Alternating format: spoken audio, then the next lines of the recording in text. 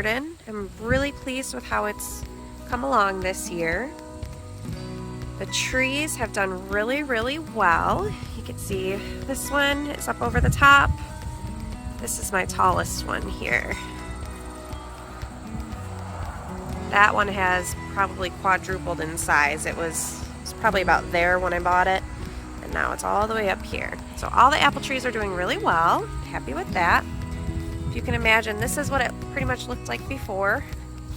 All grass. And now it's this.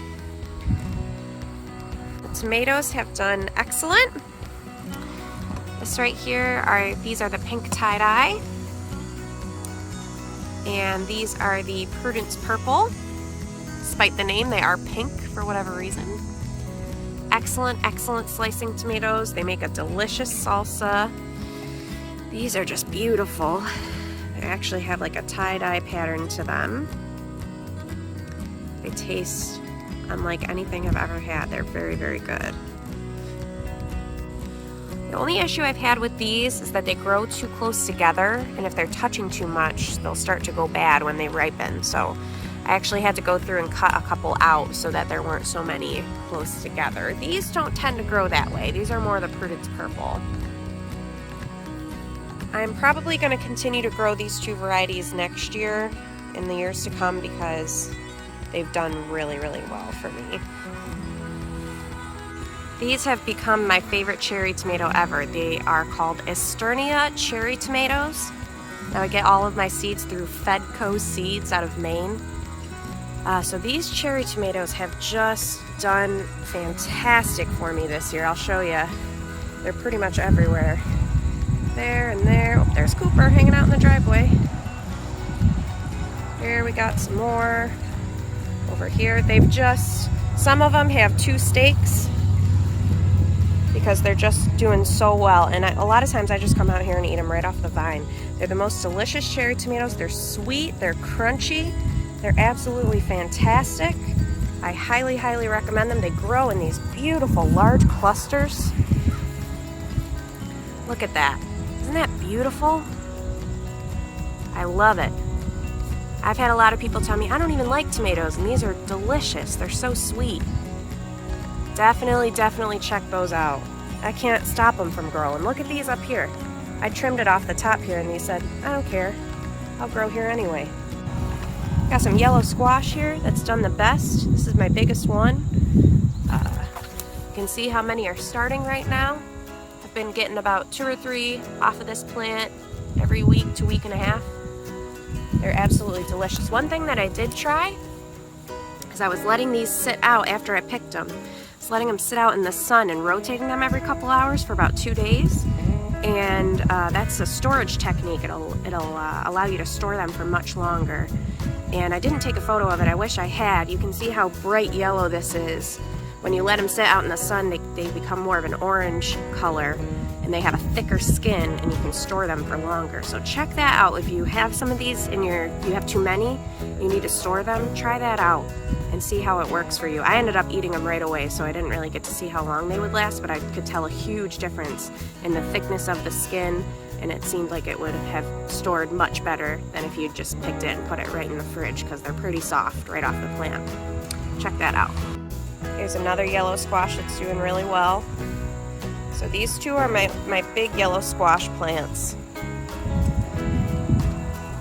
This is like Basil Alley over here. I've got a million basil plants. I'm trying to dry some right now. See how that goes. I made some pesto with it. It's fabulous. It's kind of spicy because it's been a little bit hot this summer, but the mulch keeps the roots cool. So I just have to keep going through. You can see right now this one's trying to go to seed. I haven't clipped it like I should. So I'll cut probably way down to like here, maybe even farther, and then dry that. It'll come right back. I've done that several times with these. That's why they're so large. They actually grow larger when you cut them back. Lots of asparagus. Here's some asparagus. Here's some more asparagus. More Esternias. Tom likes them because he says it's like a little video game. You can come out here and tell when they're ripe because they turn bright yellow. Easy indicator. is some eggplant that I had tried. A friend of mine at work, she said she really loved them. So we made an agreement where if she purchased the seeds, I would raise some for her and then keep the remainder for myself. Hers have done very, very well. She's actually gotten several eggplants off of it already. They're like a long, skinny purple eggplant. Mine, I planted, it didn't do well for the longest time, and then in the past like 2 weeks, it's doubled in size. This one was literally 1 leaf for like 3 weeks.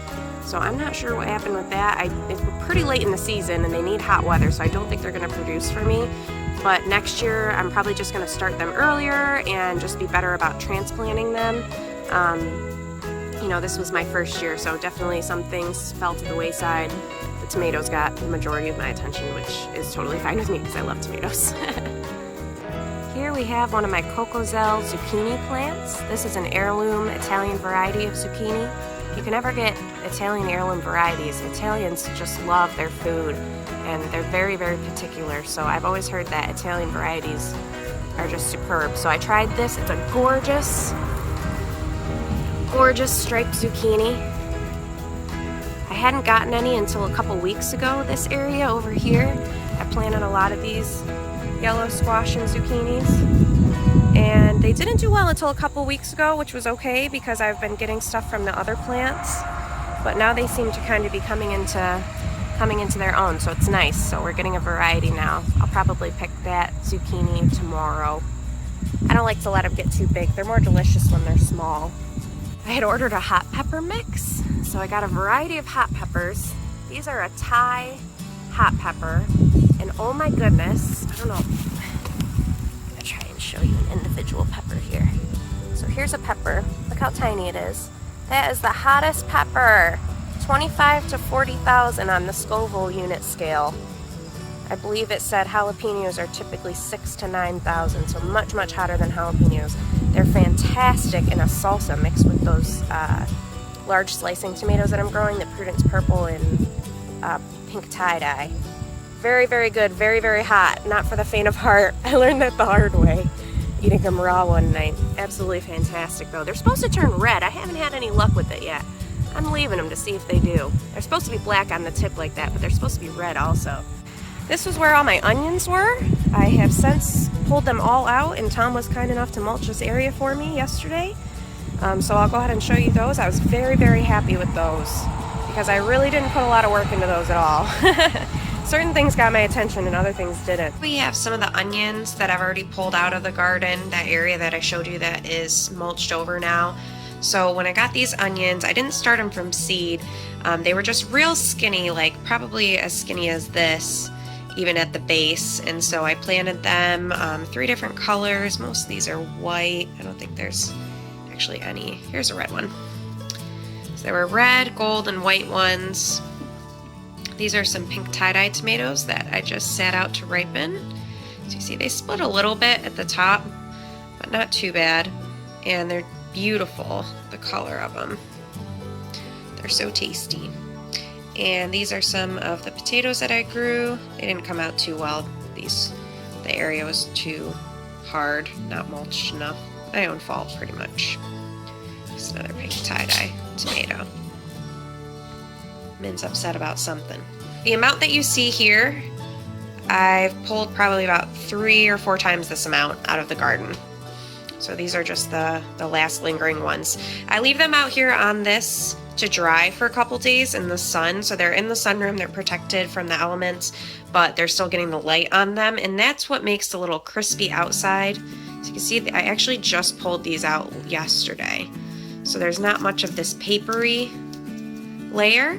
If you let them sit out in the sun for a couple days, they'll actually develop that papery layer on the outside, and that will help them store a lot longer. So the ones that I have down in the basement already have that outer coating that will keep them good for a long time. They're just in a paper bag. And this was all made out of recycled materials or extra materials that we had on hand, and it's just sitting on top of a couple of planters. Nothing fancy here. Here's the last of my potatoes, waiting for those to die back. I had a couple varieties that were supposed to grow here and here. None of them really took off. When we dug them up, the ground was real hard, and I didn't have a whole whole lot of mulch down over here. So I'm gonna do a lot of compost and mulch this summer, or excuse me, fall and winter. And we'll see if maybe next year we can have some better results. The ground is very dry. You can see this is where I was trying to dig one up. The ground is very, very dry. Not at all like when you dig under these wood chips. It's thriving under the wood chips. The soil is wet, there's bugs everywhere. That's why you can see this particular first row of corn here was planted in an area that was already mulched. And some of these were not already mulched. And it's harder to tell now because they've kind of all evened out, but in the very beginning, this particular 5 to 6 feet here was twice the size, and you can tell even now it's still a little bit bigger than the other. I planted them about 5 feet, and then I waited another week, and then I planted another 5 feet, and I waited another week, and I planted another 5 feet. So that's why some of them look so small. I probably waited too long. They're turning into these beautiful, beautiful corns though. This is the variety is called an espresso. It's a sweet corn. This is a trellis that Tom built out of some recycled materials that were going to be thrown away at his work. So we grew some cucumbers up here, trying to train them to go up. I just picked one the other day that had grown through here, and I had to cut it on either side. It was delicious though. I'm not sure if there's any on there right now. Oh, here's one. So these ones, again, were kind of neglected. They should probably be about 6 times this size because cucumbers are really easy to grow. Next year I'll start them a little bit earlier. I'm going to have 2 seed starting stations in the basement next year, so I'll have more room. These are the black cherry tomatoes. I don't know what happened with these. I don't know if maybe I got sent the wrong seeds or I just am not waiting long enough. I haven't picked any yet, but they sure aren't black. They're like a dark brown. So I'm not sure. I gotta look up again. I had a hard time getting these to grow initially too, so I probably won't grow these again. So I'm not sure. I'll keep you guys posted on that. They're dark, but I expected them to be black.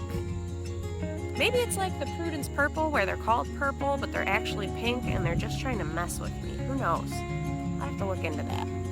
This is just to show you how much canning I had to do in the last couple months. I've been so busy I haven't been able to make a video. I took some of the blueberries that we got and I canned them whole in a simple syrup. Haven't tried them yet. I've been trying to let them sit for a while. I want to see how it is like on a pancake or something of that nature. I made some really delicious blueberry jam.